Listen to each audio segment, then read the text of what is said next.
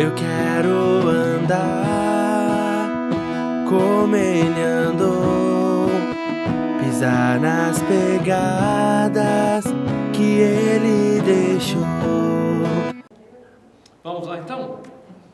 Então nós estamos na 11ª aula e lá no livro de Atos, vou só relembrar bem rápido, né? Nós já estudamos Atos.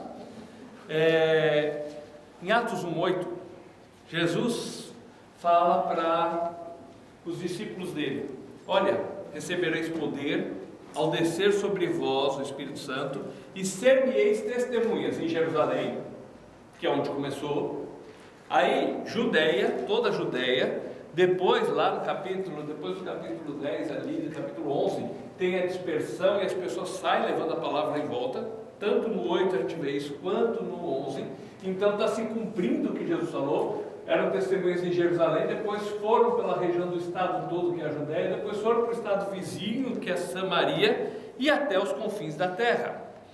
E ao chegarem em Antioquia, que já era outro país, era a Síria, os discípulos de Jesus foram chamados de cristãos. É a primeira vez que surge esse termo, e isso quer dizer o seguinte: eles eram seguidores de Cristo. O termo era até meio zombando deles, mas não importa, era isso que eles eram mesmo.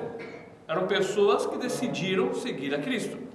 Então o Evangelho vai desde Jerusalém até os confins da terra, e aí a gente foi vendo os lugares, né? A gente já citou ali que foi para Samaria, foi para a Síria, ali em Antioquia, depois chegou na ilha de Creta, depois foi para a região da Frígio-Galácia, que é parte da Turquia hoje, depois chegou na região de Éfeso ali, e cita outros lugares como Colossos, Tessalônica, Laodiceia, Colossos, Laodiceia, que é na região oeste da Turquia. Aí o Evangelho chega na Macedônia, Filipos, a cidade mais conhecida ali, Tessalônica, depois chega na Grécia, Corinto, Atenas, e o Evangelho foi se expandindo. E quando ele estava na região ali de Éfeso, aquelas pessoas tomaram aquela decisão de queimar aqueles seus livros de artes mágicas, e a gente viu que aquilo valia muito dinheiro, calculando por valor de salário mínimo, não um salário bom, salário mínimo, daria mais de 2.200.000 reais, mas eles queimam aquilo dizendo: o que eu aprendi de Deus agora é o que tem valor para a minha vida, essas coisas que eu acreditava antes não tem mais valor, e eles queimam aquilo. E aí durante todo o livro de Atos a gente aprende algumas lições. Uma delas é a autoridade da palavra de Deus sobre a nossa vida. O que ela diz é verdade, eu coloco a minha fé no que ela diz. Mas não somente que ela é autoridade sobre a minha vida, mas ela tem resposta, a resposta de Deus para os meus dilemas. Muitas vezes temos perguntas, dúvidas, e ela traz a resposta para a gente. Ela também traz o refrigério para a alma, porque em momentos de adversidade você vai nela e encontra alívio e refrigério nos momentos de dificuldade. Em Cristo, nós vimos que a nossa identidade agora é outra. Eu sou salvo em Cristo, eu tenho a vida eterna, não é uma possibilidade remota, Ele me deu essa vida. Também em Cristo eu sou filho de Deus. E já pensaram no privilégio de ser filho de Deus? Você vê às vezes pessoas contando sobre a sua ascendência, e aí o cara enche a boca e fala assim: eu sou filho de fulano e tal. Mas você não vê ninguém encher a boca e falar assim: eu sou neto do Hitler. A filiação, ela tem algo que traz uma posição, uma coisa importante. E você não é qualquer um, agora você é filho de Deus, né? E continua: em Cristo eu tenho uma nova vida, uma vida diferente, não é mais a mesma vida, minhas ideias já estão mudando por causa do que Cristo fez por mim, por causa do que eu sou nele. Eu sou amado por Deus, não somente filho, mas amado por Deus. O sonho de todo mundo é ser aceito pelas pessoas e ser amado por elas. Quando a Bíblia fala sobre relacionamento de marido e mulher, e não é o caso do estudo de hoje, em Efésios cita um resumo bem simples. Fala assim: o marido ame a sua esposa e a esposa respeite o marido. Qual a maior necessidade emocional que uma mulher sente? Se sentir amada. Agora você pensa: eu sou amado por Deus, não é por qualquer um. E o ser humano, o relacionamento conjugal, ele se resume nessas duas palavras: amor e respeito. Claro que aí a Bíblia se deslancha, fala muita coisa importante, mas se resume em amor e respeito. E eu tenho que olhar agora que em Cristo, eu posso ter me faltado o amor de pessoas, às vezes até de familiares, por problemas que eu passei, que eu tive no passado, mas eu encontro em Deus o amor e o acolhimento que às vezes eu não encontrei na vida. A nossa vida em Cristo, nós temos um caminho para andar, nós temos um exemplo para seguir. Nós somos cristãos, somos seguidores de Cristo, nós temos uma grande responsabilidade diante de Deus. Também nós temos uma perspectiva diferente. Eu antes vivia para certas coisas, a razão da minha vida era às vezes o futebol, a razão da minha vida era a política, a razão da minha vida eram as coisas desse mundo. De repente isso muda. Eu ainda estou nesse mundo, ainda posso gostar de um time, ainda posso lidar com os trabalhos ou com o lado político, não tem problema nenhum, mas a razão da vida mudou. E também a gente vê que os discípulos de Jesus, eles seguiam Jesus e levavam outros a seguir Jesus. Quando fala de discípulo, eu sou um cristão. Um cristão é o quê? Um seguidor de Cristo. Logo, eu sou um discípulo dele. Discípulo é seguidor, certo? Aí, qual que é o desejo de Deus para esses seguidores dele? É que a gente discipule outros, para que esses também se tornem discípulos de Cristo. Em Mateus 28, a gente leu isso lá no começo do estudo, versos 18 a 20, Jesus fala assim: ide por todo mundo e fazei discípulos, ensinando-os a guardar as coisas que vos tenho ensinado. Então, eu por onde quer que eu vá, eu devo discipular pessoas, ou seja, devo incentivar pessoas a seguirem o exemplo de Cristo, a saberem as palavras de Cristo e seguirem os passos de Cristo.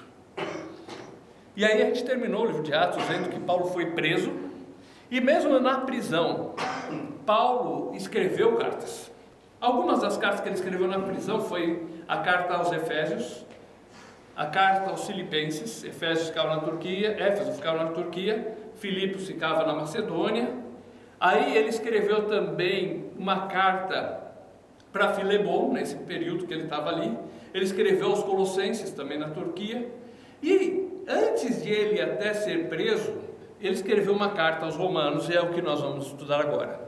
A carta que ele escreveu aos Romanos foi mais ou menos em 57, depois de Cristo, e ele estava na cidade de Corinto. Então a gente estudou sobre quando Paulo estava na cidade de Corinto, lá no capítulo 18 de Atos. Então, naquela época ele estava lá em Corinto, ele escreve essa carta que nós vamos estudar hoje. Capítulo 1 de Romanos, verso 1. Então Paulo, de Corinto aqui, escreve uma carta para aqueles que seguiam a Jesus, para os discípulos de Jesus que estavam em Roma. Capítulo 1, verso 1. Paulo, servo de Jesus Cristo, chamado para ser apóstolo, separado para o Evangelho de Deus. Bom, ele começa se colocando numa posição: eu sou servo. Está cheio de gente que quer ser dono, quer mandar, e ele se coloca: eu sou servo. E olha que ele tinha sido chamado para ser apóstolo. O apóstolo tinha uma responsabilidade, era um chamado direto de Cristo, era para aqueles 12, no caso menos o Judas, depois Matias colocado no lugar dele, e Paulo. São pouquíssimos que são chamados de apóstolo. E a palavra apóstolo é aquele que é jogado para longe, que é enviado para longe. Ou seja, Jesus pegou os seus discípulos e falou para eles: vão para longe, ide por todo mundo, pregai o Evangelho, começando por Jerusalém, Samaria, Judéia, Samaria, até os confins da terra. Então o propósito de Deus na vida de Paulo é que ele levasse a palavra a outros lugares. E Paulo não se orgulhava dessa tarefa, muito pelo contrário, ele se colocava na posição adequada, que ele era servo, porque ele seguiu o exemplo de Jesus. Jesus, lá em Marcos, ele fala assim: o Filho do Homem não veio para ser servido, ele veio para servir e dar a sua vida em resgate de muitos. Se você quer saber se alguém realmente é seguidor de Cristo, ele tem que ter uma atitude de servo. Versículo 2.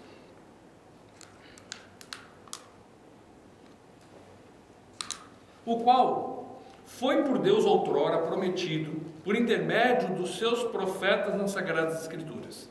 Jesus veio ao mundo para nos salvar. Ele foi separado para o Evangelho de Deus, ou seja, a boa notícia de Deus. E essa boa notícia já foi anunciada pelos profetas lá no Antigo Testamento, certo? Versículos 3 e 4. Com respeito ao seu filho, o qual, segundo a carne, veio da descendência de Davi, e foi designado Filho de Deus, com poder, segundo o Espírito de santidade, pela ressurreição dos mortos, a saber, Jesus Cristo, nosso Senhor. Então, esse evangelho que foi prometido e anunciado no Velho Testamento é com respeito a Jesus Cristo. Ele veio, ele deu a vida no nosso lugar, ele é o Filho de Deus, ele ressuscitou dentre os mortos e ele é o nosso quê? Senhor. Aí entra aquela relação. Paulo está dizendo, eu sou servo e ele é Senhor. É isso que é o relacionamento adequado com Deus. Por isso que quando a gente ora, Senhor, seja feita a tua vontade. E não, Deus, eu determino que o Senhor faça isso, porque Ele é Senhor e eu sou servo. E as pessoas têm invertido isso, porque querem dar ordem a Deus. Versículo 5. Por intermédio de quem, a receber a graça e apostolado por amor do seu nome, para obediência por fé entre todos os gentios. Ele fala por esse Jesus, que é o meu Senhor, a quem eu sirvo. Eu recebi a graça de poder servir a Ele, sendo apóstolo.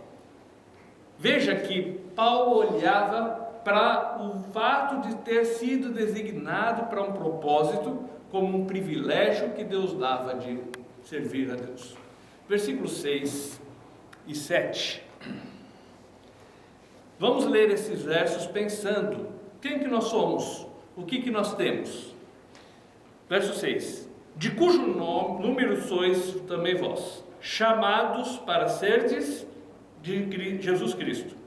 A todos os amados de Deus, que estáis em Roma, chamados para serdes santos, graça a vós outros e paz da parte de Deus, nosso Pai, e do Senhor Jesus Cristo.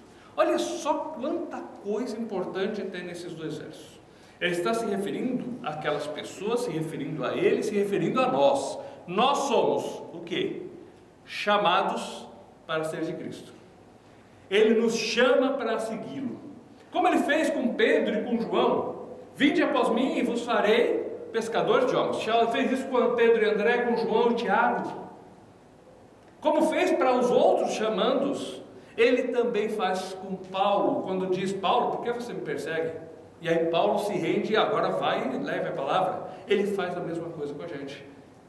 Nós somos chamados para sermos de Cristo, para seguir a Ele, sermos propriedade dEle. E é interessante que a gente se sente honrado quando alguém da sociedade nos chama para algum meio social que existe por aí, não é assim? Ah, me chamaram para participar do grupo tal, me chamaram para participar de tal evento, e a gente se sente um máximo por isso. E Cristo nos chamou para sermos dele. Além disso, também somos amados de Deus. Isso é muito precioso, é muito profundo. A gente podia ficar uma hora falando sobre isso, que a gente não esgotaria o que isso proporciona, gente. Mas vamos parar e pensar o seguinte: eu sou amado de Deus. Deus me ama. Se você tem problema com rejeição, se você já sofreu alguma coisa que traumatizou sua vida, se você não acredita mais no amor ou nas pessoas, lembre que você é amado de Deus. Deus te ama ao ponto de dar o Filho dele para te salvar. Isso é para cada um de nós, gente. E além de sermos amados de Deus, somos chamados para sermos santos. Aí você fala, agora lascou, porque eu não consigo ser santo, eu sou um pecador miserável. E é verdade. Nós vamos estudar através do livro sobre essa questão da santidade que ele fala. Mas existem 3 passos. Eu vou só resumir aqui, mas à medida que a gente vai estudando o livro, isso vai ficando mais claro. A primeira coisa é que nós somos declarados santos por Deus. O que é isso? Eu sou um pecador miserável, Cristo pagou os meus pecados, logo eu posso entrar na presença de um Deus santo, certo? Porque os meus pecados foram perdoados. Então é uma santidade posicional declarada por Cristo, pelo sacrifício dele no nosso lugar. existe um dia que a gente vai ficar livre desse pecado. O dia que a gente for embora desse mundo, seja pela morte ou seja pelo arrebatamento, como a gente já estudou, a gente nunca mais vai pecar. Então vai ser uma santificação definitiva. Agora, no processo entre o dia que a gente crê e o dia de a gente chegar no céu, existe um processo aqui nesse mundo. E aí, a cada dia, a gente procura seguir a Cristo, viver debaixo do amor de Deus, andar nos passos dele. E aí a gente vai melhorando, vai nesse processo de dia após dia sendo separado para Deus. A ideia de santo é separado para Deus. E aí a gente vai vivendo essa vida separada para Deus. Verso 8. Primeiramente dou graças a meu Deus, mediante Jesus Cristo, no tocante a todos vós, porque em todo o mundo é proclamada a vossa fé. Paulo está falando assim, eu fico muito feliz de falar com vocês, de saber de vocês, porque no mundo inteiro se fala da fé de vocês. Isso é muito interessante quando a gente para refletir o seguinte: era um grupo de pessoas que cria em Cristo, e a sua fé não era uma fé escondida, a sua fé não era uma fé agente secreta, é uma fé que todos sabiam, que era evidente, que era viva. A fé nossa não é assim, eu creio que Jesus é o mundo, e toca a vida e faço o que eu quero. A fé que Deus espera de nós é uma fé que transforma a nossa vida. Ou seja, Ele veio e me salvou, e isso mudou minha vida, eu vivo para Ele. A minha fé não é uma fé morta, não é uma fé escondida, é uma fé viva, é dinâmica, é eficaz. E na fé deles era assim, versos 9 e 10. Porque Deus, a quem sirvo em meu espírito, no evangelho do seu Filho, é minha testemunha de como incessantemente faço menção de vós, em todas as minhas orações, suplicando que, em algum tempo, pela vontade de Deus, se me ofereça boa ocasião de visitar-vos. Veja que ele fala assim, olha, eu oro, quando eu ouço sobre vocês, eu oro para que Deus me dê a oportunidade de um dia conhecer vocês. Paulo não os conhecia pessoalmente, mas eu conheço a fé de vocês, porque eu sei o que as pessoas falam do que Cristo fez na vida de vocês, e como Ele transformou a vida de vocês, e eu tenho um desejo imenso de estar aí. E aí ele fala assim, eu oro constantemente, como? Deus, eu determino que eu tenho que ir para Roma, foi isso? Deus, eu não aceito ficar aqui em Corinto, eu tenho que ir para Roma, foi isso? Não, que Deus me conceda, no tempo dEle, pela vontade dEle, a ocasião apropriada. Paulo era servo, Jesus era o Senhor, e ele ao orar se colocava na mesma postura. Eu sou servo e eu peço ao meu Senhor que na vontade dEle, da maneira dEle, para a honra e glória dEle, no tempo dEle, venha a ocasião de eu poder visitar vocês. Versículos 11 e 12. Porque não desejo ver-vos, porque muito desejo ver-vos, a fim de repartir convosco algum dom espiritual, para que sejais confirmados.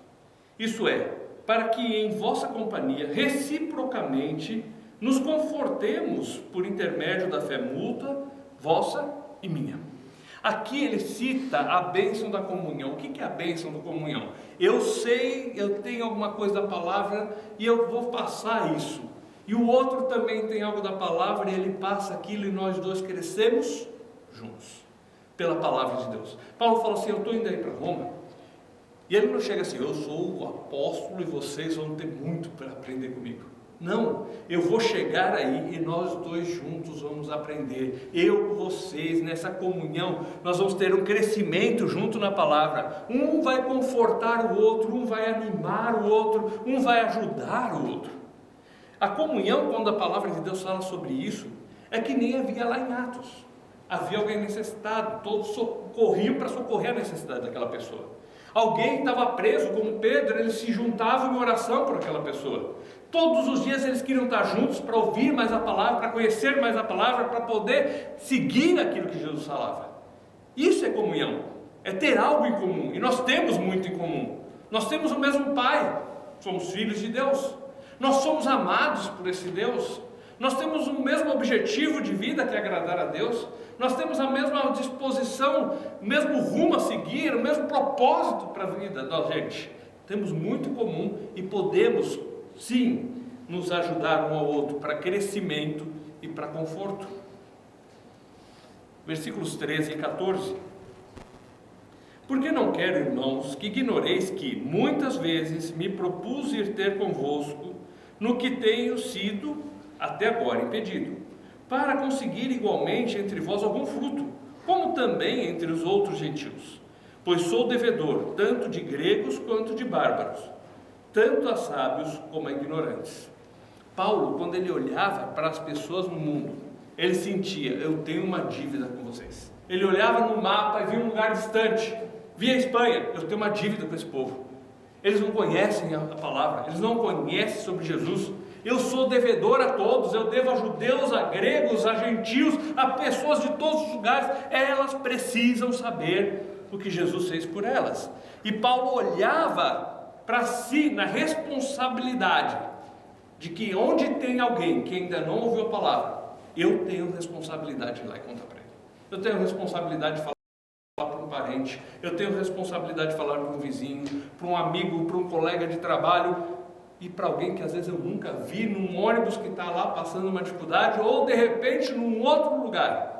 Eu sou devedor, porque as pessoas precisam conhecer a palavra de Deus. Elas precisam conhecer o que a gente vai ver daqui a pouco, o poder de Deus. Verso 15.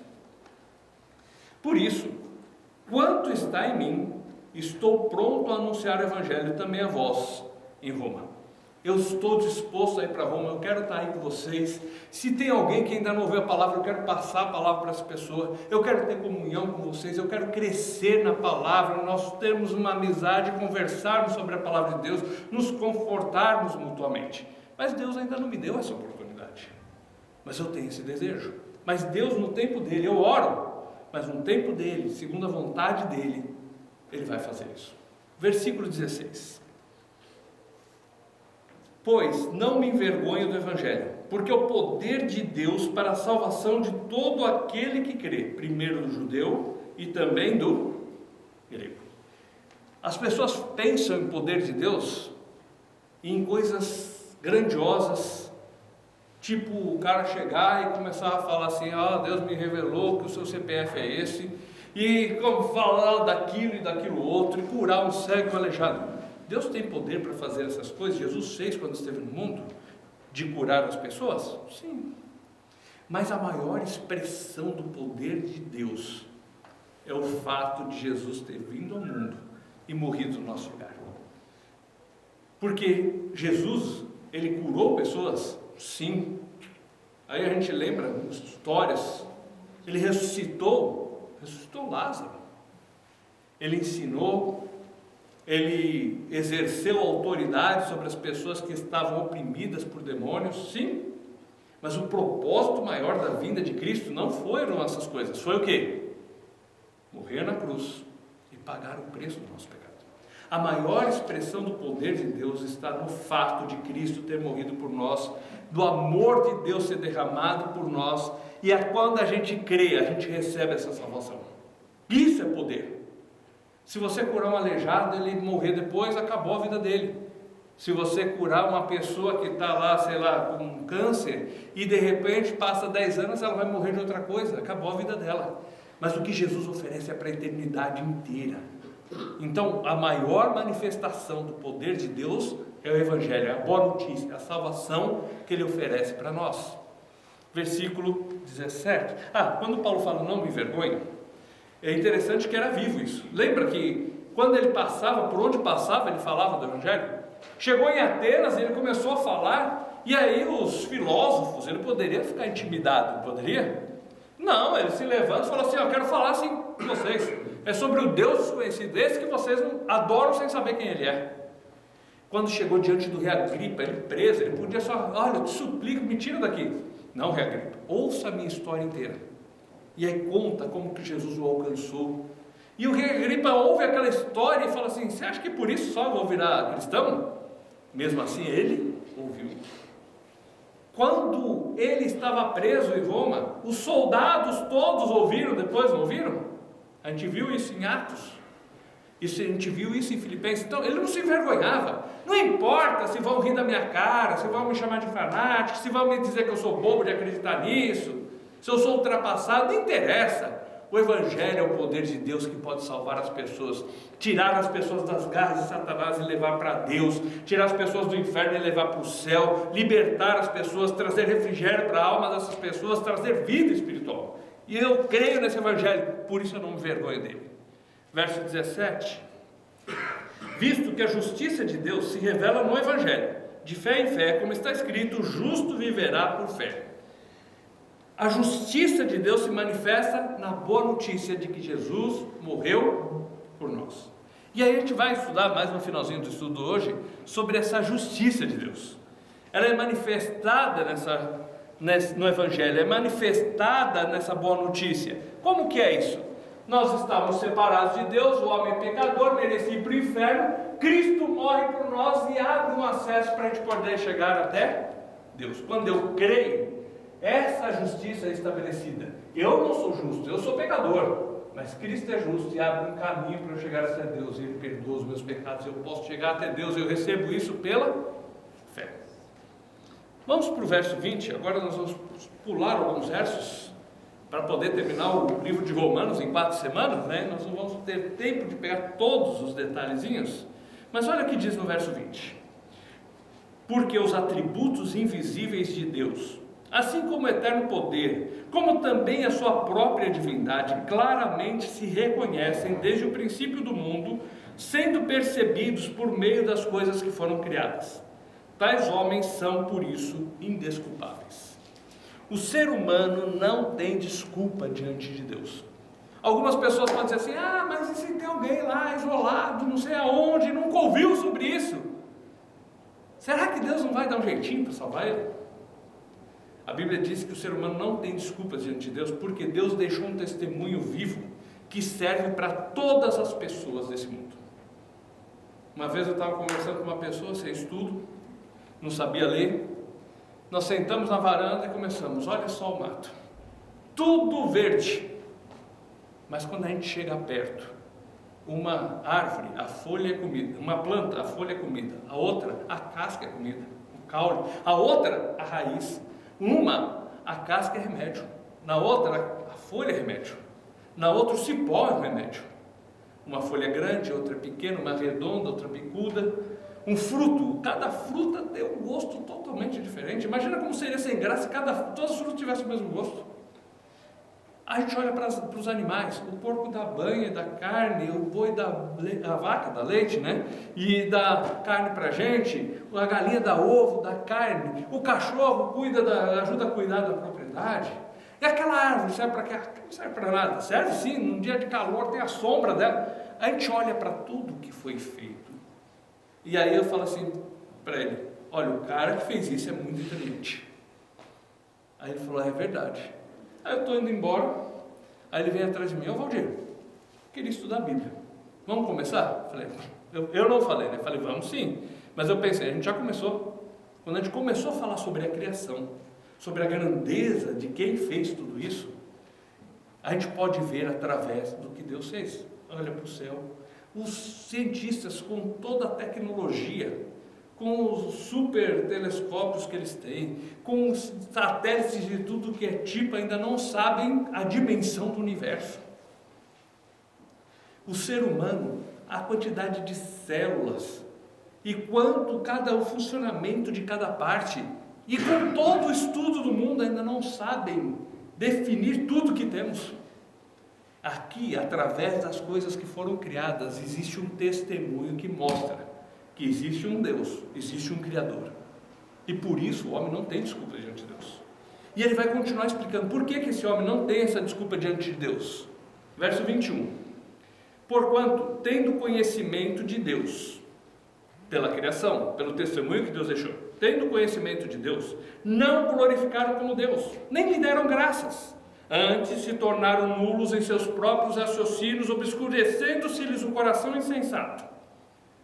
O ser humano, ele viu sobre a grandeza de Deus e ele prefere não acreditar em Deus. Ele se perde no seu próprio raciocínio E ele endurece o seu coração e prefere dizer: Deus não existe. E prefere dizer: veio do acaso, veio de uma explosão, veio de um macaco, veio de uma ameba. E em vez de acreditar que Deus fez tudo isso. Continuando, verso 22 e 23. Inculcando-se por sábios, tornaram-se loucos. Mudaram a glória de Deus incorruptível em semelhança de imagem de homem corruptível, bem como de aves, quadrúpedes e répteis. Então o ser humano, se achando muito inteligente, cai na loucura de rejeitar a Deus. E aí, em vez de adorar o Criador, o ser humano escolhe adorar o quê? O que foi criado. Em vez de adorar a Deus, faz uma imagem de um ser humano e adora aquela imagem de um ser humano.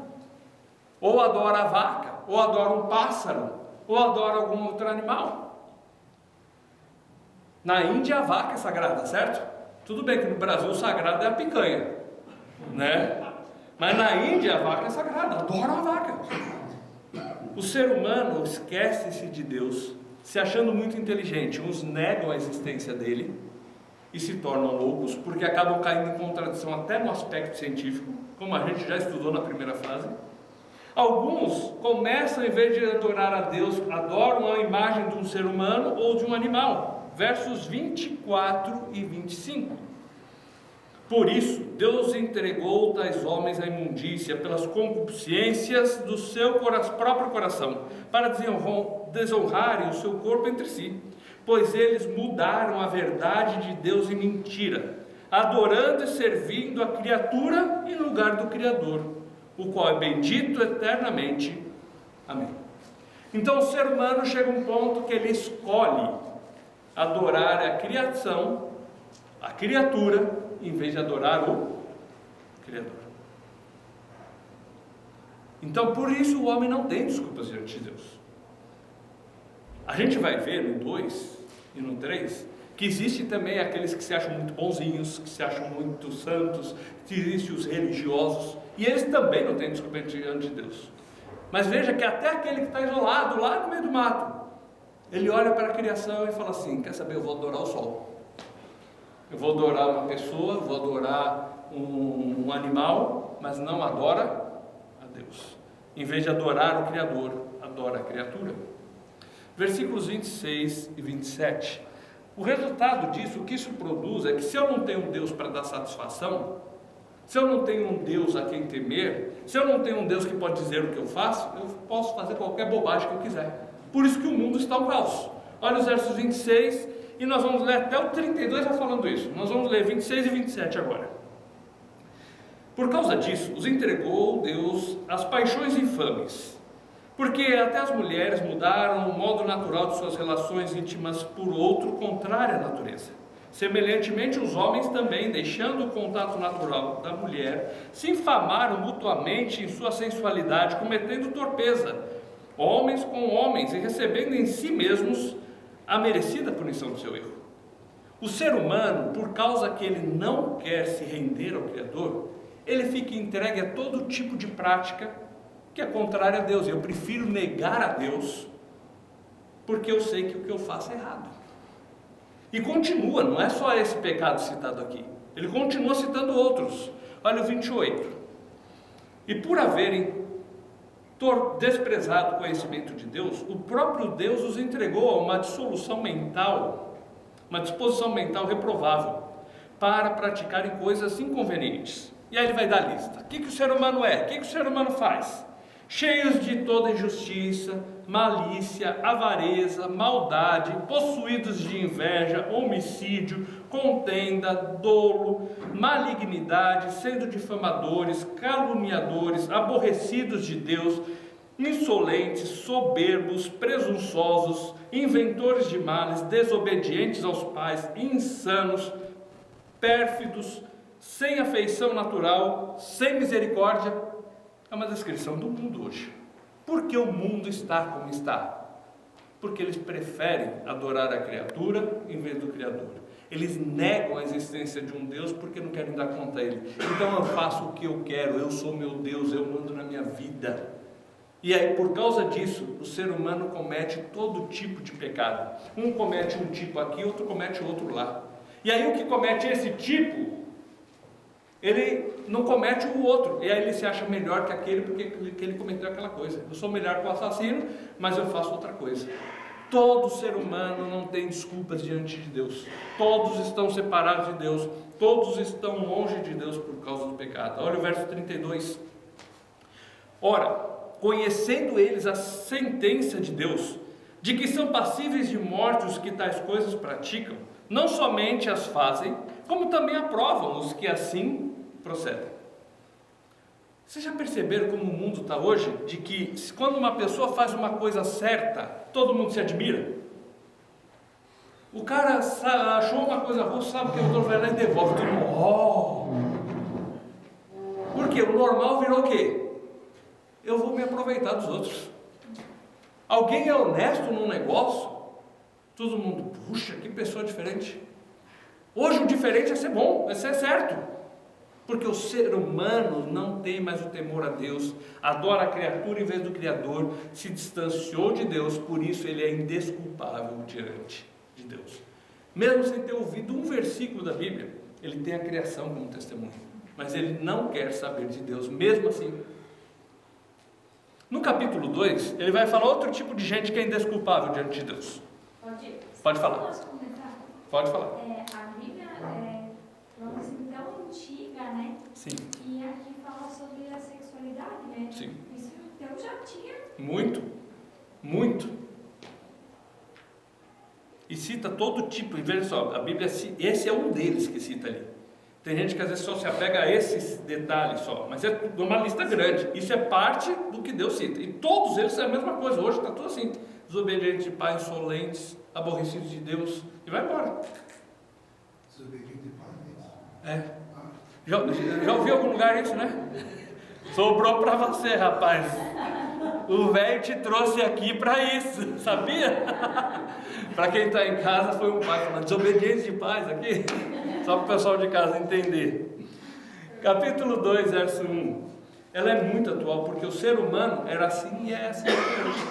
Isso que eu queria realmente pegar, né? Sim. Ela é tão antiga que a gente não tem nem ideia, assim, e já consta aqui. Consta aqui.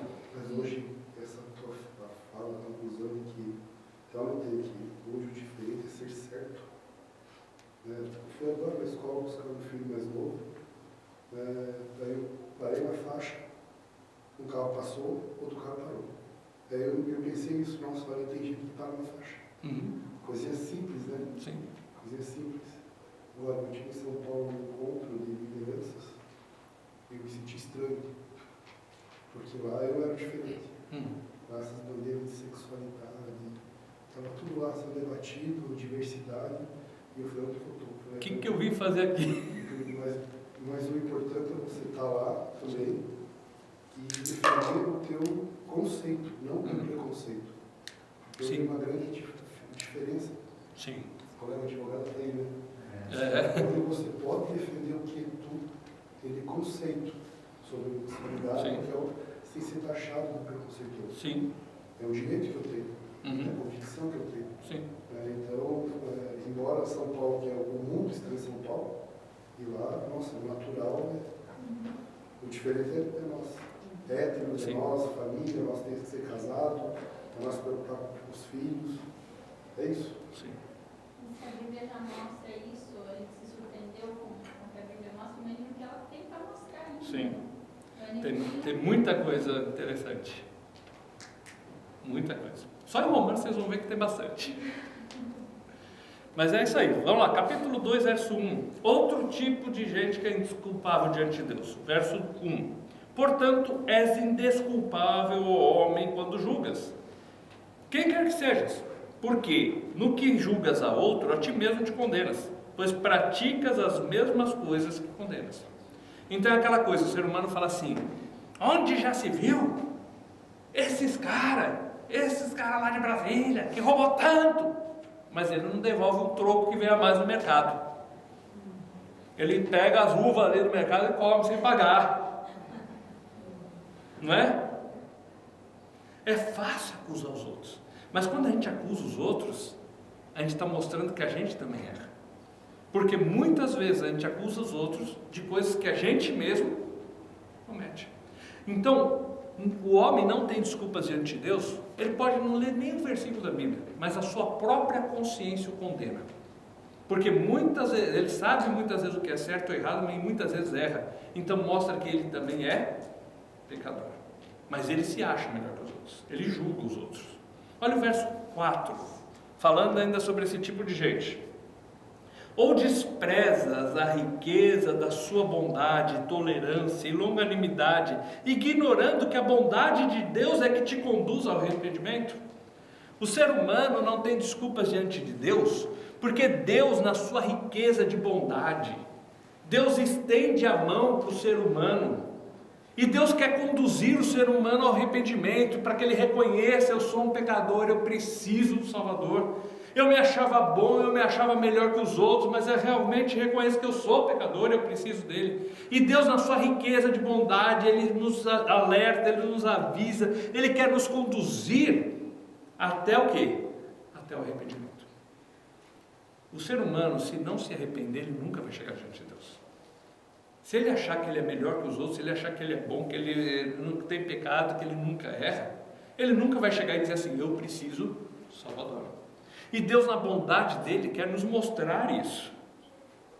E ele não diz que é uma bondade qualquer, é a riqueza da bondade de Deus. Quem de nós fica insistindo para levar alguém ao arrependimento, alguém que é ruim? Quem de nós chega para alguém que é ruim e fica tentando ajudar? A gente chega lá, ajuda uma vez ou outra, quer saber, não quer saber, se vira, eu não vou perder tempo com você.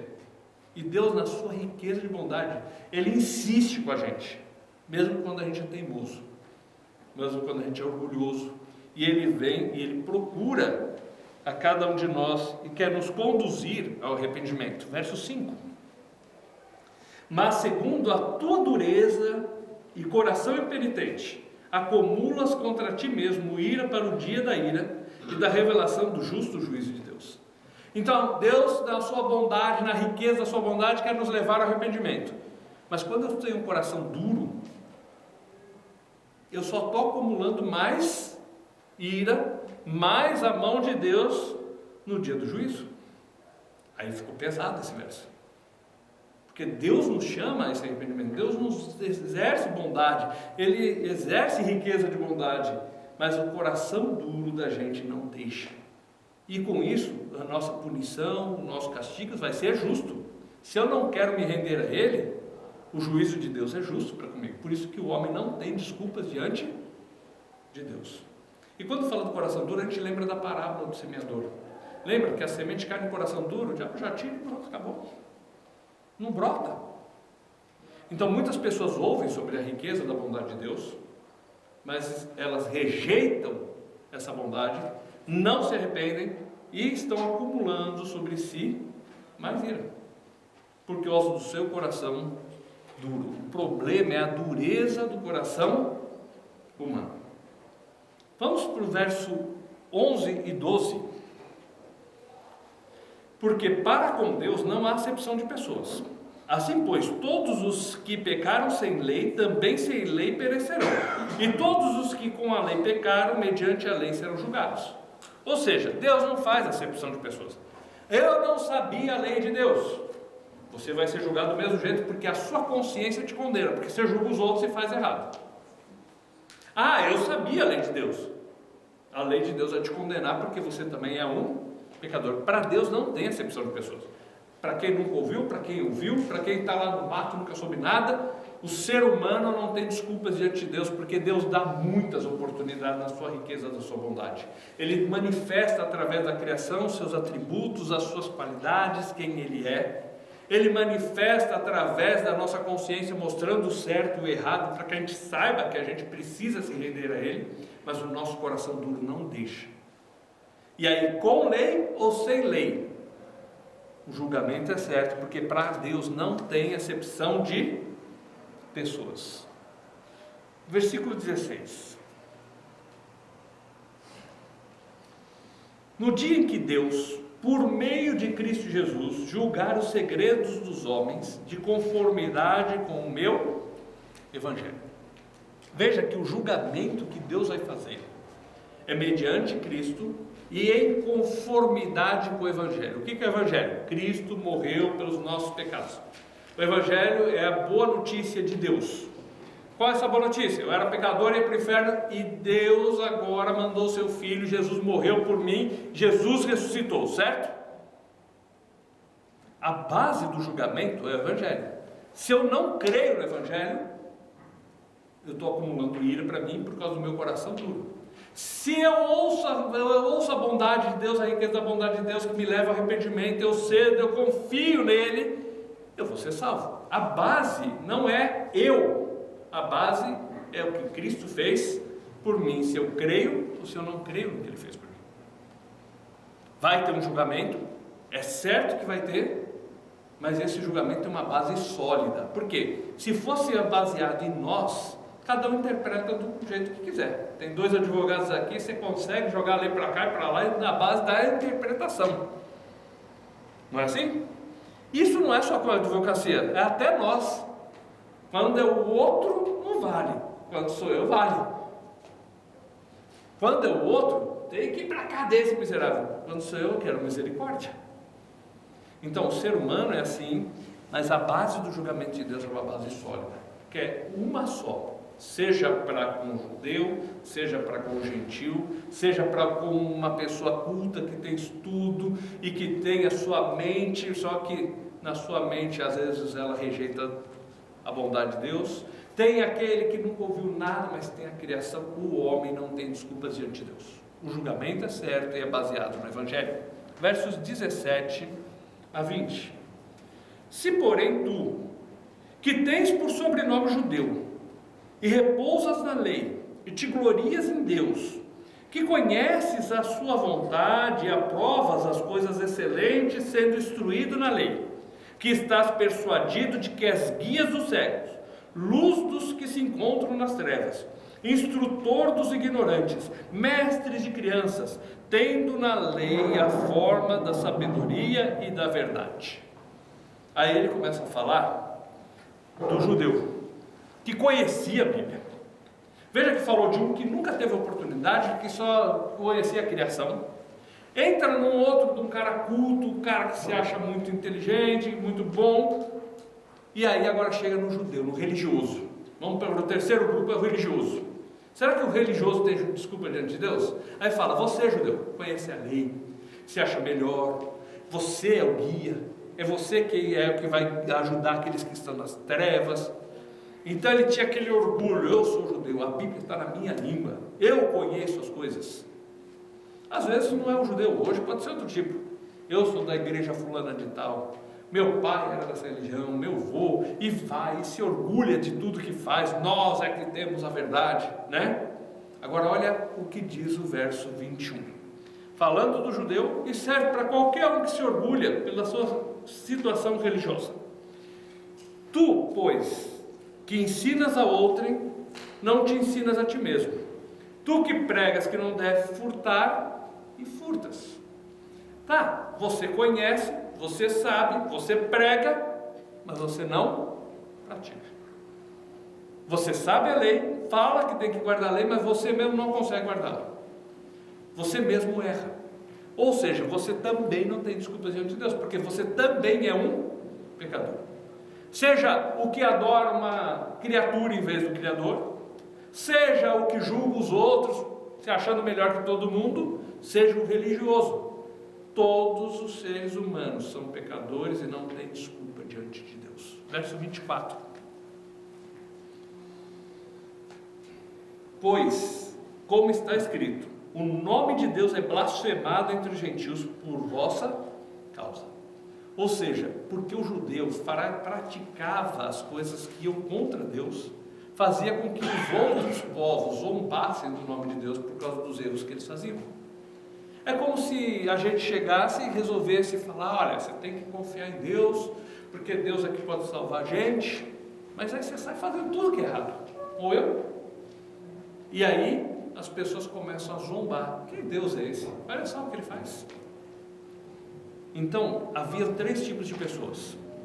Uma pessoa que nunca ouviu nada e está isolada num lugar, não teve uma oportunidade de conhecimento.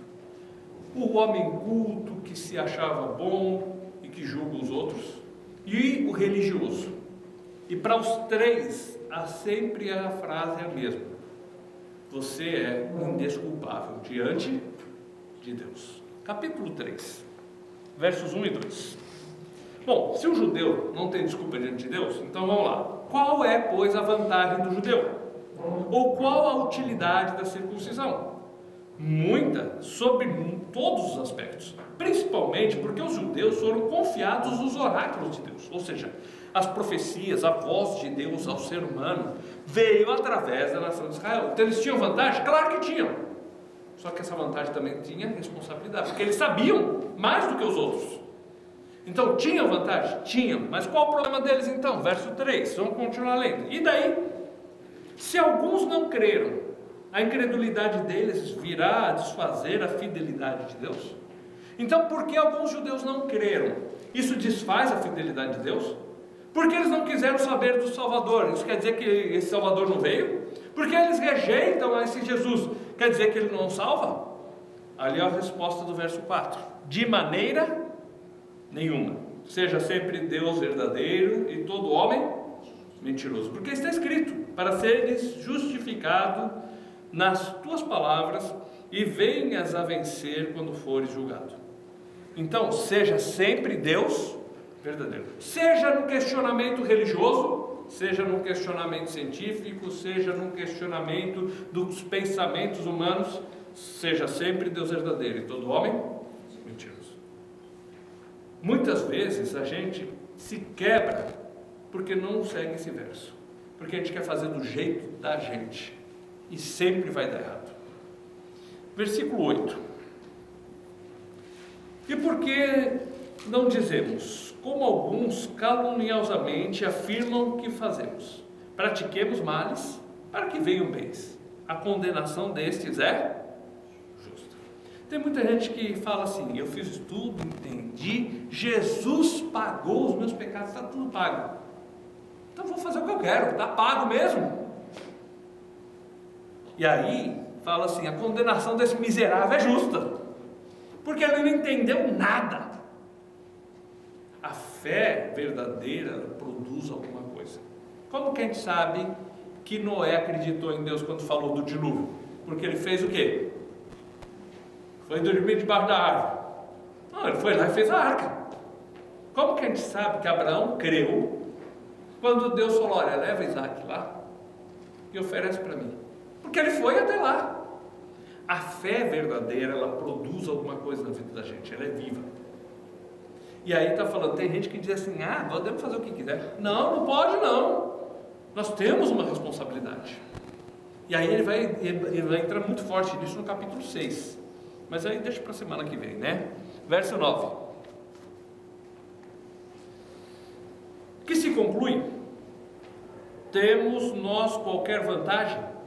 Não, de forma nenhuma, pois já temos demonstrado que todos, tanto judeus como gregos, estão debaixo do pecado. Todos debaixo do pecado. Não importa se ele é judeu ou se ele é grego, se ele é religioso ou se ele é ateu, se ele segue suas questões de mente ou se ele segue outra coisa. Não importa. Todo ser humano, todos, sem nenhuma exceção, estão debaixo do pecado. Certo? Versículos 10 e 11, ele fala um pouco mais sobre isso. Como está escrito: não há justo, nenhum sequer. Não há quem entenda, não há quem busque a Deus. O ser humano naturalmente não quer buscar Deus. As pessoas geralmente quando buscam a Deus é porque bateu algum desespero. As pessoas poderiam ter até assim uma vontadezinha, mas geralmente está ligado a algum interesse. Por isso que é fácil de você encher um lugar. É só você falar assim: ó, quem quer ficar rico vem aqui que a gente promete que Jesus vai te deixar rico. Aí enche. Porque a pessoa está buscando a Deus ou está buscando o dinheiro? Ou está buscando o Deus dele, que é o dinheiro? Então a pessoa quer os benefícios que Deus pode dar, mas não buscar a Deus. Versículo 12. Todos se extraviaram, algumas se fizeram inúteis. Não há quem faça o bem, não há nenhum sequer. Mesmo aqueles que ajudam os outros, ele ainda está debaixo do pecado, ele ainda é pecador. Nós vimos lá em Provérbios 16, 25, a gente já estudou esse verso, que há caminho que parece direito ao homem, mas afinal são caminhos de morte. Eu acho que são caminhos de morte. Isaías 53, verso 6, aqui fala, todos se extraviaram, certo? Isaías 53, verso 6, fala algo bem parecido com isso. E o capítulo inteiro está falando sobre o sacrifício de Cristo, sobre o que Ele fez no nosso lugar. Então vamos ler lá. Todos nós andávamos desgarrados como ovelhas, cada um se desviava pelo caminho, mas o Senhor fez cair sobre ele, sobre Cristo, a iniquidade de nós todos. Aqui o Hebreus 3:12 fala o quê? Todos se extraviaram, todos estão longe de Deus, todos estão debaixo do pecado. Dessa conclusão se chega ao quê? Verso 18: não há o temor de Deus diante dos seus olhos, porque a pessoa, ela pega e ela olha para ver se o guarda está olhando. Se ele não tiver, ele vai passar o farol vermelho. Tá que nem o cara ultrapassou um lugar proibido e o guarda fala assim: o senhor não viu que era faixa contínua? Não, isso eu vi do senhor guarda, só não vi que o senhor estava ali. Mas o ser humano é assim, porque ele teme o guarda, mas ele não teme a Deus. Ele teme se a mulher dele vai descobrir, mas ele não teme a Deus que está vendo tudo que ele faz. O ser humano, ele não teme a Deus, porque se ele temesse a Deus, não fazia o que faz. Versículo 19: ora, sabemos que tudo que a lei diz, aos que vivem na lei o diz, para que se cale toda a boca, e todo mundo seja culpável diante de Deus. O que a lei serviu para mostrar para a gente? Nós somos o quê? Pecadores. Todos estão debaixo do pecado, todos são indesculpáveis diante de Deus. Tudo que está escrito ali mostra para a gente o quê? Eu tenho que calar minha boca e admitir: eu sou um pecador, eu estou longe de Deus, eu estou perdido. Versículo 20: todos são culpáveis diante de Deus. Imagina, lasqueira, né? E isso serve de prova que o quê? Que a gente está com aquele espírito, que onde a gente conhece a Deus, aquele espírito está o quê? Está morto. É isso, está morto. E a lei mostra, a gente está morto, a gente é culpado diante de Deus, a gente está debaixo do pecado, a gente não tem desculpa diante de Deus. Olha o 20. Versículo 20: visto que ninguém será justificado diante dele por obras da lei, em razão de que pela lei veio o pleno conhecimento do pecado. Ninguém vai ser justificado diante de Deus pelas suas obras. Mas eu guardo a lei, eu guardo a maior parte. Eu lembro uma vez, tinha um menino que, eu guardo tudo. Aí eu falei: mas você nunca roubou? Não, mas nem a sobremesa do irmão? Ele falou: aí não vale, né? Dentro de casa acho que não vale. Ninguém vai ser justificado diante da lei, porque nós quebramos a lei. Nós estamos debaixo do pecado. A lei mostra que a gente é culpado, e que todos se extraviaram, e que todos estão longe de Deus, e que ninguém tem desculpas diante de Deus. Pela lei veio o pleno conhecimento do pecado. Lembra quando a gente estudou a lei? A gente viu que a gente é pecador e que merece ir para o inferno. A lei mostra para a gente que a gente está perdido. Versos 21 e 22.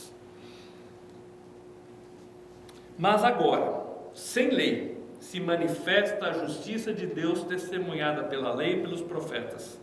Justiça de Deus mediante a fé em Jesus Cristo para todos e sobre todos os que creem, porque não há distinção. Olha só. A justiça de Deus não veio pela lei, veio pela fé em Jesus Cristo. Pela lei veio o pleno conhecimento do pecado. Eu sou culpado, eu sou indesculpável diante de Deus, eu estou debaixo do pecado. Agora vem a justiça de Deus sobre a minha vida. Como que é? Pela fé. Nós vamos entender um pouquinho. O final desse capítulo vai falar muito sobre essa justiça de Deus. Verso 23: pois todos pecaram e carecem da glória de Deus. Outra versão diz: todos pecaram e destituídos estão da glória de Deus, estão separados de Deus, o pecado nos separa de Deus e nós nunca vamos conseguir chegar diante de Deus. Então precisava ser de outro jeito.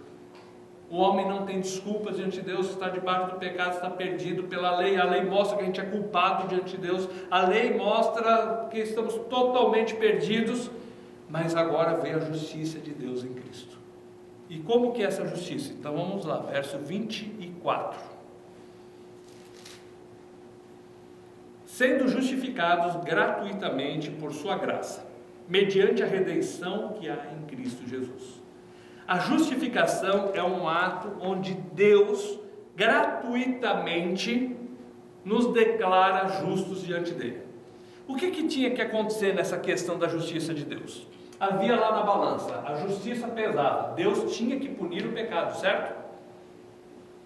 O homem é desculpável. O homem está debaixo do pecado. O homem está culpado diante de Deus. Precisava ser punido isso.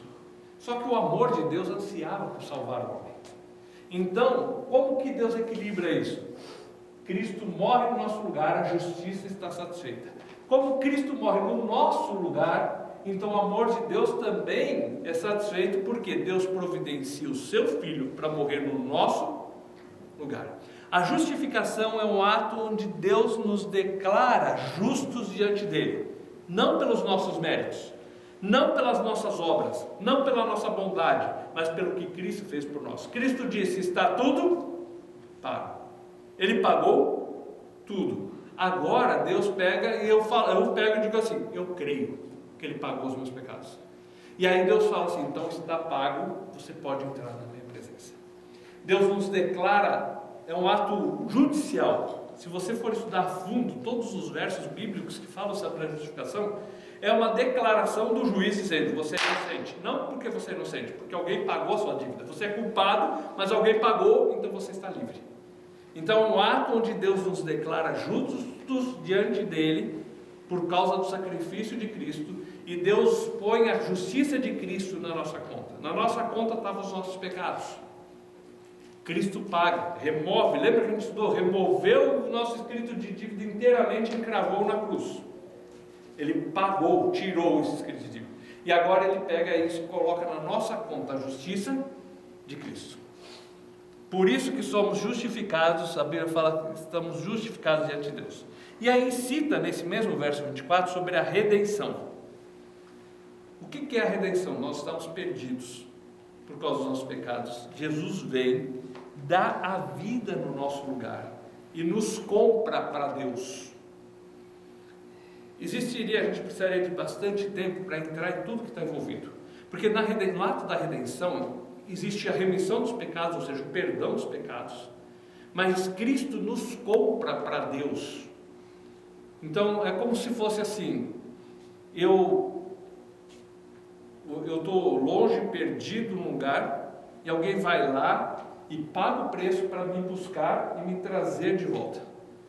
Vamos pôr, houve uma guerra, um grupo de soldados ficou lá, tipo o filme de Rambo, esse filme que a gente costuma ver, e está lá o pessoal preso. Alguém vai resgatar aqueles que estavam presos. A gente, por causa do pecado, estava preso a Satanás, a punição eterna, a maldição eterna. Cristo vem do céu, dá a vida no nosso lugar e nos resgata, nos tira com o poder dele e nos leva para Deus. Por isso que o Evangelho é o poder de Deus. Então há o ato da justificação, onde os meus pecados são perdoados. Cristo paga o preço, paga aquilo que eu tinha que pagar, e agora Deus me declara justo, porque Ele olha para a justiça de Cristo, Ele olha para Cristo, vê que está pago e eu posso chegar na presença dEle. E há também a redenção, porque os meus pecados foram perdoados. Cristo pagou um preço muito alto para eu ser de Deus. Em 1 Coríntios capítulo 6, verso 20, diz assim: pois fostes comprados por preço, glorificai, pois, a Deus no vosso corpo. Lá, se você vai para 1 Pedro 1, 18 e 19, fala assim: sabemos que não foi mediante coisas corruptíveis, como prata ou ouro, que fostes resgatados do vosso fútil procedimento que vossos pais vos legaram, mas pelo precioso sangue, como de um cordeiro sem defeito, sem mácula, o sangue de Cristo. Fomos comprados para Deus. E o preço foi caro. Verso 25. A quem Deus propôs no seu sangue como propiciação, mediante a fé, para manifestar a sua justiça, por ter Deus, na sua tolerância, deixado impunes os pecados anteriormente cometidos. Diz que Ele foi a propiciação pelos nossos pecados. Bom, para a gente entender a propiciação, a gente tem que voltar lá no Velho Testamento. Lembra do tabernáculo? Dentro do tabernáculo tinha um lugar santo e o santo dos santos. E no lugar santo dos santos tinha o que? A arca, e em cima da arca tinha a tampa que chamava propiciatório. Ninguém podia entrar aqui nesse lugar por causa que tinha essa cortina, e essa cortina simbolizava o nosso pecado. O homem pecador não pode chegar na presença de Deus. Quando Jesus morre na cruz, o véu do templo, esse véu se rasgou de alto a baixo. Jesus disse: está consumado, está tudo pago. Deus disse: eu aceito. Rasga-se o véu de alto a baixo, o homem pecador pode chegar diante de Deus. E o que é interessante da propiciação? Se a gente volta lá no Velho Testamento, nas histórias que nós já estudamos na primeira fase, dentro da arca da aliança tinha os mandamentos, as tábuas da lei, que mostravam que o povo era o quê? Pecador. E aí Deus manda pôr em cima uma tampa e chama essa tampa de propiciatório. Uma vez por ano o sumo sacerdote entrava, era a única vez que ele podia entrar nesse lugar, ele vinha com sangue e colocava o sangue aqui em cima. Então por que tinha esse objeto e por que se chamava propiciatório? Deus olhava o pecado do povo e falava assim: eles merecem a punição. Quando ele olhava o sangue em cima dessa tampa, Deus ficava propício ao povo de Israel, ou seja, ficava a favor. A palavra propício é sinônimo de ficar a favor. Então, quando fala que Jesus é a propiciação pelos nossos pecados, e ele está falando até agora, ele falou: ó, pela lei veio o quê? Pleno conhecimento do pecado. A gente é indesculpável diante de Deus, todos são culpados diante de Deus, não há quem faça o bem, todos se extraviaram, certo? E aí ele fala: Deus está olhando essa lei e está vendo que a gente é assim. Mas Jesus é a propiciação, ou seja, o sangue dele colocado sobre a nossa vida. Quando eu creio nisso, Deus fica a favor. A punição que é certa, de culpado, a sentença de culpado, ela vai para Cristo, Ele levou no meu lugar. Deus me declara inocente, Cristo me resgata, paga o preço para eu ser dele, e Deus fica a favor. Veja que tudo isso acontece no mesmo momento.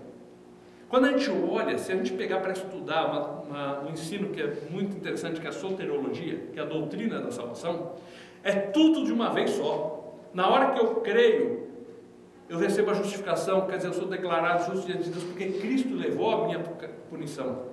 Na hora que eu creio, Deus fica a favor de mim, e eu recebo a propiciação. Naquela hora também eu recebo o resgate, Cristo me resgata, me leva para Ele, e vai embora, ensinamento após ensinamento, nos mostrando tudo o que Cristo fez por nós, que nós não fazemos ideia da dimensão de tudo isso.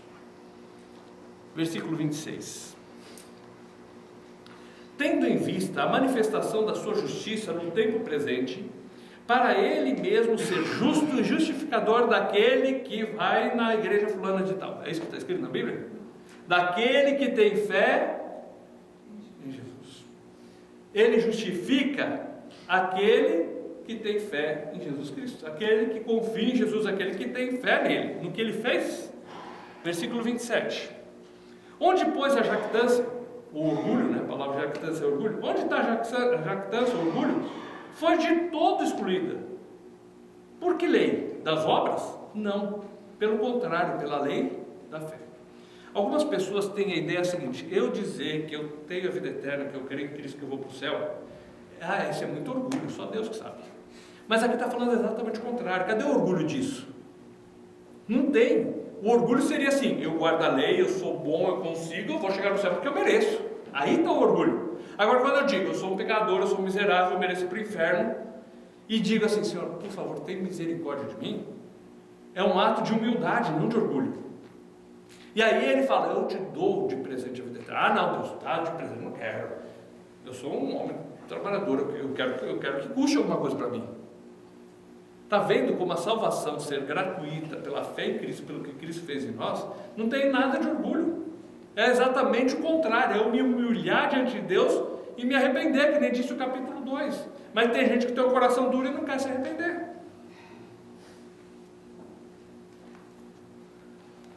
Continuando no capítulo 3, agora verso 28, conclusão. Concluímos, pois, que o homem é justificado pela fé, independentemente das obras da lei.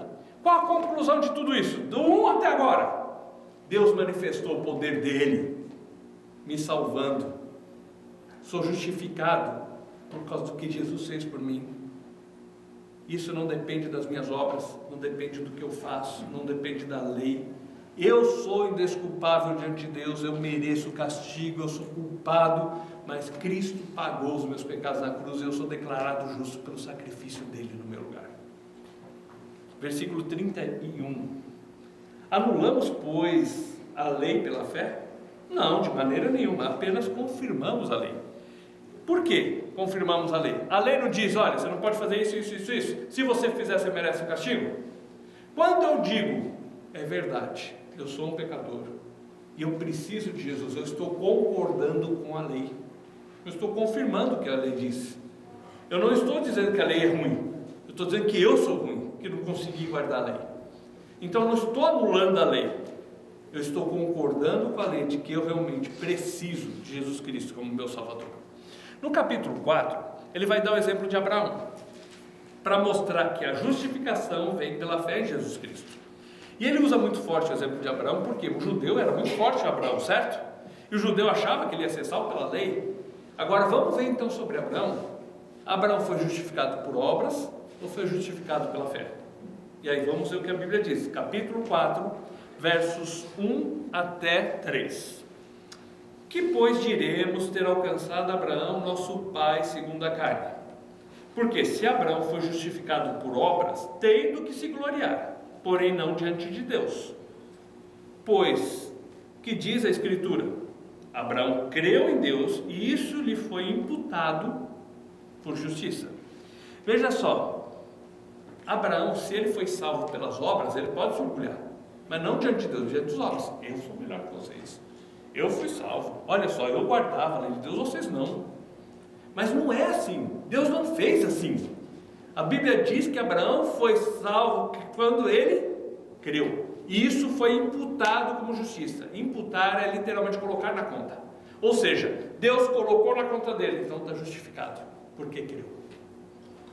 Eu sou pecador, e a justificação é o fato de quando eu creio em Cristo, quando eu creio que Ele pagou os meus pecados, Deus coloca na minha conta a justiça de Cristo. Versículos 4 e 5. Ora, ao que trabalha, o salário não é considerado como favor, e sim como dívida. Você trabalhou, você tem que receber, não é? Versículo 5. Mas ao que não trabalha, porém crê naquele que justifica o ímpio, a sua fé lhe é atribuída com justiça. Ele fala assim, a salvação não depende do que você fez. Se dependesse do que você fez, então Deus seria obrigado a te salvar. Mas Deus está falando que Ele dá a salvação não àquele que trabalha para conquistá-la. Ele dá a salvação àquele que crê e se submete à justiça que foi estabelecida por Deus. Quando eu quero que seja do meu jeito, é orgulho, porque é a minha maneira que tem que prevalecer. Quando eu creio que Cristo pagou os meus pecados na cruz, e eu concordo que foi a maneira de Deus, eu me submeto a Ele. Por isso que eles fazem essa comparação. Versículo 6. É assim também que Davi declara ser bem-aventurado o homem a quem Deus atribui justiça independentemente de obras. Veja que ele usa o exemplo de Abraão, depois usa o exemplo de Davi. Duas figuras muito importantes para o povo de Israel. Então, Davi também fala que a pessoa seria salva, receberia justiça independentemente das suas obras. Versículo 7.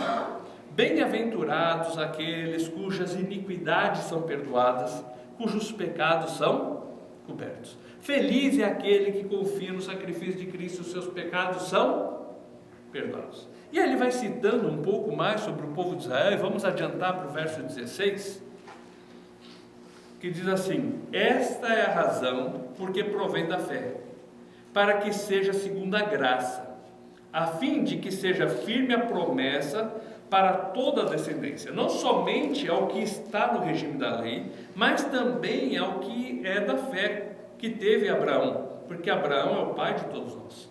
Ele fala assim: não é segundo a fé, você crê, você recebe porque crê, porque a salvação é segundo a graça, é presente de Deus, e isso se estende a todas as épocas. Interessante que nessa comparação, Abraão existiu antes de Deus ter dado os 10 mandamentos. Se a salvação fosse pela lei, a base de argumentação de Paulo aqui está o seguinte: se a salvação fosse pela lei, então Abraão estava lascado, ele viveu antes da lei. Mas a salvação nunca foi pela lei, sempre foi pela graça. Abraão creu e ele recebeu a justiça de Deus foi imputada na vida dele. Versos 18 a 20. Abraão, esperando contra a esperança, creu, para vir a ser o pai de muitas nações. Segundo lhe foi dito, assim será a tua descendência. E sem enfraquecer na fé, embora levasse em conta o seu próprio corpo amortecido, sendo já de 100 anos, e a idade avançada de Sara, não duvidou, por incredulidade, da promessa de Deus, mas pela fé se fortaleceu, dando glória a Deus. Veja que Abraão confiou mesmo contra as evidências. E ele não duvidou da promessa de Deus, ele não duvidou do que Deus havia dito. Parecia impossível e era impossível. Porém, ele confiou porque Deus disse. Nós temos a certeza da vida eterna não é por causa de nós, não é por causa da nossa bondade, é porque Deus promete, é baseado nas promessas de Deus. Olha só o verso 21. Estando plenamente convicto de que ele era poderoso para cumprir o que prometera.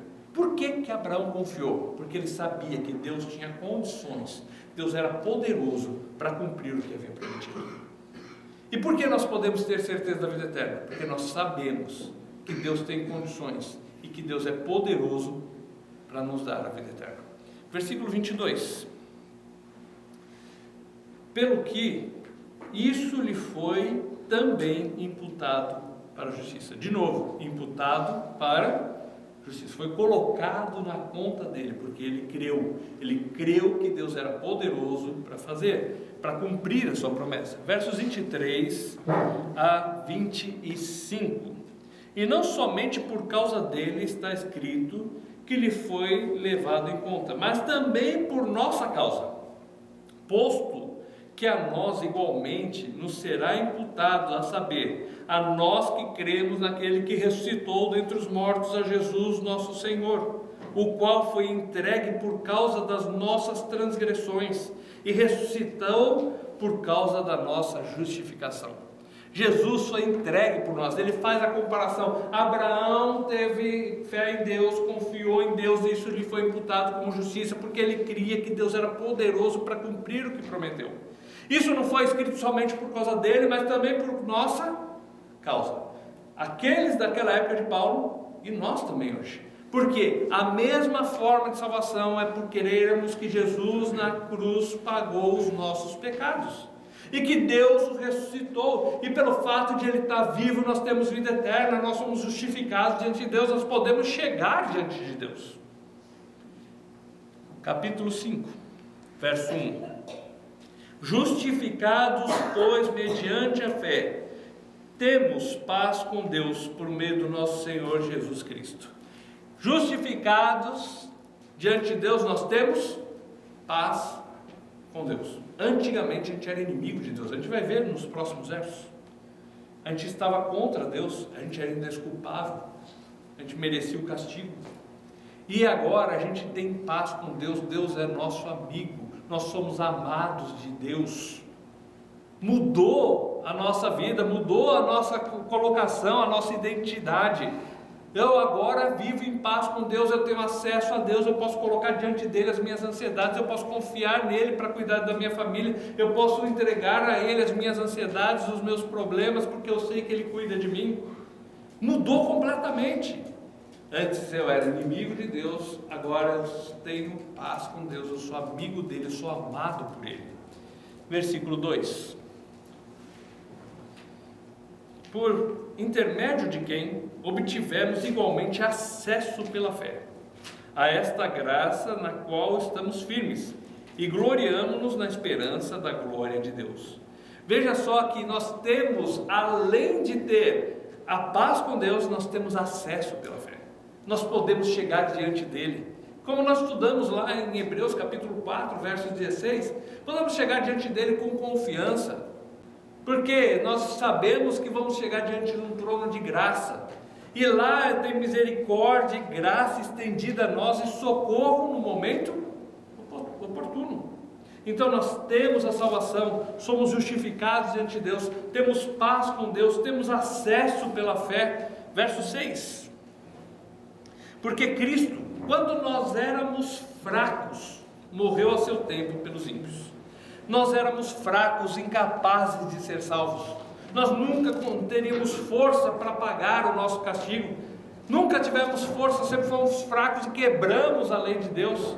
Quando nós éramos fracos, Cristo morreu por nós. Agora que somos justificados, Ele está dizendo: olha só o que nós temos paz com Deus, nós temos acesso a Deus. Imagina só como que é que a gente pode estar ali, tá? Quando era fraco, Cristo morreu por mim. Imagina agora que eu sou filho, sou amado de Deus, tenho paz, tenho acesso. Versículo 7: dificilmente alguém morreria por um justo, pois poderá ser que pelo bom alguém se anime a morrer. Quem está disposto a morrer por uma outra pessoa aqui? Ainda mais se for um inimigo, ainda mais se for alguém que te ofende. De jeito nenhum.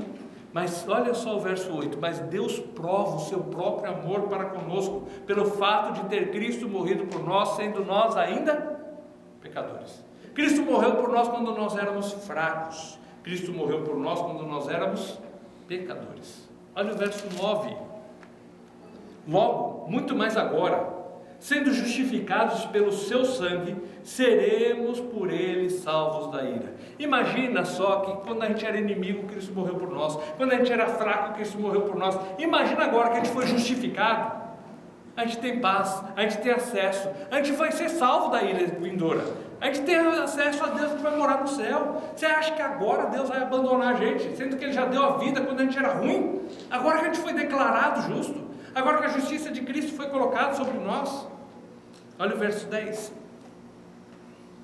porque se nós, quando inimigos, fomos reconciliados com Deus, mediante a morte do seu Filho, muito mais, estando já reconciliados, seremos salvos pela sua vida. Veja só que quando a gente era inimigo de Deus, a gente foi reconciliado com Deus, a gente tem paz com Deus agora. Se quando a gente era inimigo, Cristo morreu por nós, imagina agora que a gente tem acesso, que a gente tem a salvação, que a gente é filho de Deus, que a gente tem paz com Deus. Imagina agora que a gente é amado de Deus. O que Ele não vai fazer por nós?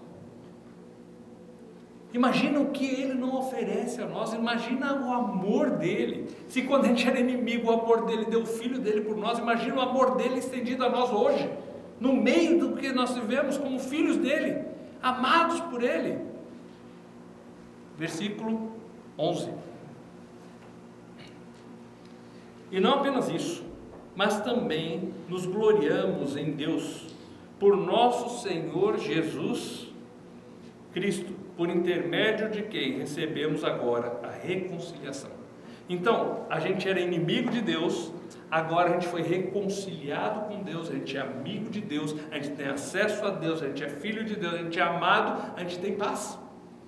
Nós vimos sobre justificação, redenção, propiciação, reconciliação, tudo isso no momento da nossa salvação. Versículo 12: portanto, assim como por um só homem entrou o pecado no mundo, e pelo pecado a morte, assim também a morte passou a todos os homens, porque todos pecaram. Todos pecaram, todos longe de Deus, todos separados de Deus. Só que a morte trouxe isso, o pecado de Adão trouxe a morte, e por causa do pecado dele, o ser humano está separado de Deus. Agora olha o contrário, olha o que Cristo faz por nós para recuperar isso, para resolver isso.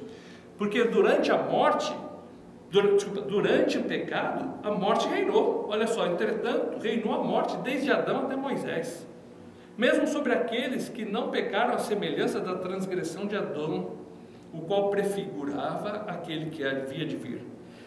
Pecou, o pecado trouxe a morte sobre o ser humano está longe de Deus, a morte reinou sobre a humanidade. Versículo 15. Todavia, não é assim o dom gratuito de Deus, como a ofensa. Porque se pela ofensa de uns morreram muitos, muito mais a graça de Deus e o dom pela graça de um só homem, Jesus Cristo, foram abundantes sobre muitos. Veja que pelo pecado de Adão entra a morte, e essa morte se passa para todo ser humano, certo?